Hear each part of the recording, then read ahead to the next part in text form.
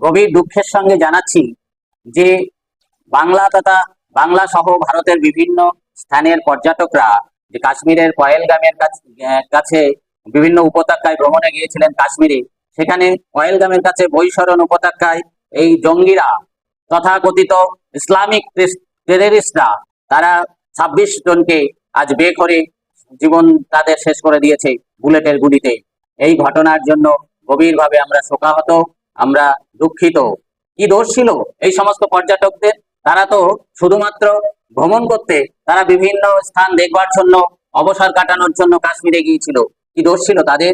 তাদের একটিমাত্রই দোষ বোঝা যাচ্ছে খবরে যা প্রকাশ, এবং নিহতের স্ত্রীর বয়ান অনুসারে তারা হিন্দু, এবং মাথায় সিঁদুর দেখে এবং জিজ্ঞাসা করে করে যে হিন্দু কি মুসলিম যাচাই করে তাদেরকে এই ২৬ জনের প্রাণ বেঘরে তারা বুলেটের গুলিতে শেষ করে দিয়েছে। এটা আমাদের কাছে খুব গভীর দুঃখের বিষয়। এবং এর সঙ্গে একটি কথা বলবো যে আমাদের ভারতবর্ষের সরকার সিদ্ধান্ত গ্রহণ করেছে যে এক দেশ এক ভোট আমরা চালু করতে চাই। সেই এক ভোট এক দেশ এক ভোট প্রসঙ্গে চালু করবার জন্য যে যৌথ সংসদীয় কমিটি গঠন করা হয়েছে, সেই যৌথ সংসদীয় কমিটির আজ এক মিটিং ছিল।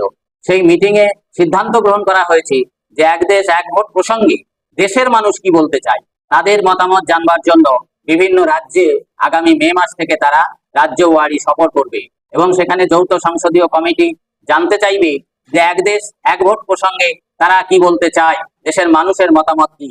এবং আগামী মে মাস থেকে এই সফর শুরু হবে।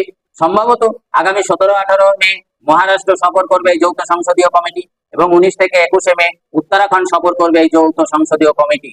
আগামী জুন মাসে অবশ্য জম্মু কাশ্মীর ও লাদাখ সফরে যাওয়ার কথা রয়েছে এই কমিটি। প্রসঙ্গত বলে রাখি, এই যৌথ সংসদীয় কমিটির সদস্য আমাদের বাংলার তৃণমূল কংগ্রেসের সাংসদ কল্যাণ বন্দ্যোপাধ্যায় এবং কংগ্রেসের সাংসদ প্রিয়াঙ্কা গান্ধী বর্ডাও। সুতরাং আজকের বৈঠকে এই সিদ্ধান্ত একটা গুরুত্বপূর্ণ সিদ্ধান্ত, এবং নজর কাড়া বৈঠকে দেখা গেছে যে কমিটিতে বিজেপি সাংসদ বাঁশরী স্বরাজের কাঁধে একটি ব্যাগ ছিল, সেই ব্যাগে ট্যাগ লাগানো ছিল ন্যাশনাল হেরাল্কি লুট। এই ব্যাগে ট্যাগটি লাগানো ছিল। যেহেতু গত ডিসেম্বর মাসের সভায় প্রিয়াঙ্কা গান্ধী একদিন প্যালেস্টাইন, আরেকদিন stand with Bangladeshi Hindu and খ্রিস্টানস লেখা ব্যাগ নিয়ে ঢুকেছিলেন, আজকের এই ব্যাগটি নিয়ে ঢোকা বিজেপি সাংসদ বাঁশরী স্বরাজের কাঁধের এই ব্যাগটি মনে হয় তার পাল্টা বলে মনে করছে অভিজ্ঞ মহলের ধারণা যে এই ব্যাগটি তারই পাল্টা। যাই হোক, এক দেশ এক ভোট চালু হওয়া আমাদের পক্ষে খুবই ভালো, কারণ ভারতীয় গণতন্ত্রের মধ্যে বিভিন্ন রাজ্যে বিভিন্ন সময় ভোটের বহু প্রকার খরচ, এবং তার সঙ্গে সরকারি কাজ টোটাল বন্ধ হয়ে যাওয়া, সরকারি কর্মচারীদের ভোটে নিয়োগ করা, এই ১-১.৫ মাস ২ মাস করে প্রত্যেক বছরের ভোট চলছে। এই ভোটের মধ্যে প্রচন্ড ভাবে সরকারি কাজ বন্ধ হয়ে যায় এবং সরকারি উন্নয়নমূলক কাজ স্তব্ধ হয়ে যায়। সেই নিরিখে ভারতবর্ষের ভোট, সমস্ত রাজ্য এবং ভারতবর্ষের ভোট একদিন হলে কোনো আপত্তি নেই। তবে এখানে একটি কথা বলে রাখি যে এখানে কিন্তু বলা হয়েছে যদি মেয়াদ শেষের আগে কোনো রাজ্যের সরকার পড়ে যায় বা কেন্দ্রীয় সরকার পড়ে যায়, তবে পরবর্তী ভোটের জন্য যাবে, তাহলে সেই ভোটে আবার পরবর্তীতে সেই রাজ্যে আবার ভোট হবে। এখানে বিরোধী পক্ষের যে আবেদন যে তা কেন হবে, একবারই ভোটে যাওয়া চলবে না, সেখানে কি করতে হবে, সেখানে বিরোধী পক্ষকে সরকার গঠনের একটা সুযোগ দিতে হবে, রাষ্ট্রপতি বা রাজ্যপালের মাধ্যমে এটা করতে হবে।